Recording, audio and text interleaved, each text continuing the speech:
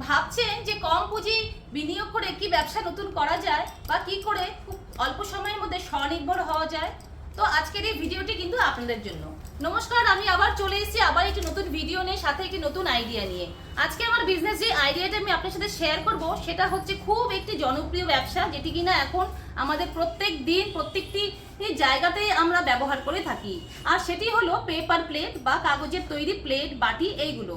তো আমরা বিভিন্ন অনুষ্ঠানে বা কোনো ছোটোখাটো রেস্টুরেন্ট বা ফাস্ট ফুডের দোকানে গেলে কিন্তু যে খাবার খাই সেগুলো কিন্তু পেপার প্লেটের ইউজ করা হয়। তো এই ব্যবসাটি কিন্তু এখন ভীষণ প্রচলিত এবং খুব চাহিদা সম্পন্ন একটি ব্যবসা।